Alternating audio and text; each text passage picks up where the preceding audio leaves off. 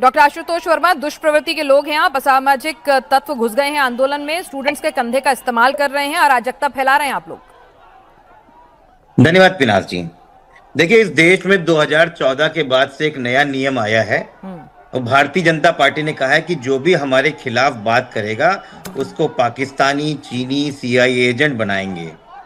और अभी तो मुझे याद है कि जब किसानों ने आंदोलन किया था तो उन किसानों के खिलाफ यही भारतीय जनता पार्टी के जो प्रवक्ता हैं बैठ के खालिस्तानी बोलने का काम कर रहे थे। वो बात अलग है कि प्रधानमंत्री ने यू टर्न लेके माफी मांग ली थी।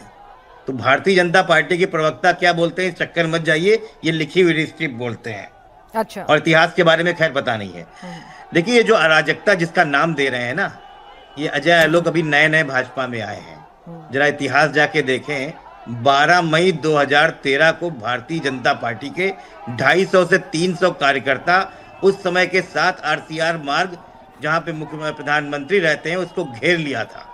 बैरिकेटिंग तोड़ दी गई थी, आग लगा दी गई थी, मनमोहन सिंह का पुतला जला रहे थे।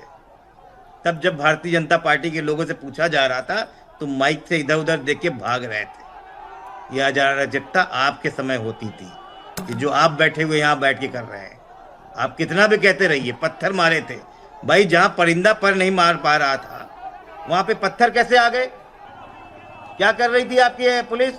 असल बात में यह है कि भारतीय जनता पार्टी के लोगों ने पुलिस के भेष में RSS के गुंडे भेजे थे जो सादी वर्दी में लोगों को मार रहे थे।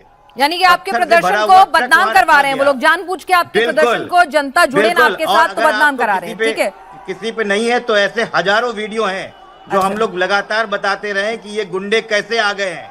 ये नेम प्लेट हटा के कौन सी पुलिस घूम रही है?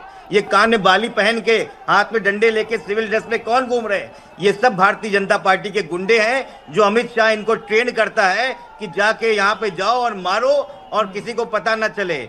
मतलब वो अपनी फजीहत खुद ही कराना चाहेंगे कि लॉ एंड ऑर्डर उनसे संभल नहीं रहा है, और ये मैसेज देना चाहेंगे आप, ये चाह रहे हैं, मतलब आप ये कहना चाह रहे हैं डॉक्टर आशुतोष वर्मा? देखिए, ये लॉ एंड ऑर्डर ये खुद ऐसा करेंगे, मतलब आप ये कह रहे हैं खुद लॉ एंड ऑर्डर खराब करेंगे, खुद अपनी पुलिस को, RF को पिटवाएंगे ताकि जनता के बीच में मैसेज जाए कि ये सरकार जो है वो कंट्रोल नहीं कर पा रही है law and order. Are you sure आप ये कहना चाह रहे हैं? 110% गुजरात से लेके यही मॉडल देश में चल रहा है। ठीक है, यही चल रहा है। और पुलिस, ठीक है, अच्छा आप ये बताइए आप लोगों का कौन सा मॉडल चल रहा है? आज अखिलेश जी और केसी वेणुगोपाल जी के बीच में थोड़ी नोकझोंक हुई है।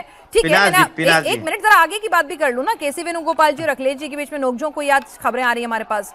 और फिर खड़गे जी कहते हैं इस्तीफा पहले और चर्चा बाद में। अखिलेश जी कहते हैं इस्तीफा छोड़िए, सिर्फ चर्चा करा दीजिए। आप लोगों में एका नहीं है क्या? आप देखिए, दो चीजों को पिनाज जी मिलाने के लिए आप मत मिलाइए। ठीक है, पहले तो अलग बात अलग बहुत क्लियर है, हम बिल्कुल अलग। पहले तो आप कल जो परसों प्रोटेस्ट हुआ है उस पे जो अराजकता भारतीय जनता पार्टी और भाजपा के गुंडों ने किया है उस पे बात कर लीजिए, और फिर हम बात करते हैं अभी क्या हो रहा है। करी तो मैंने आपको पूरा मौका दिया, ऐसा तो नहीं है मैंने नहीं की।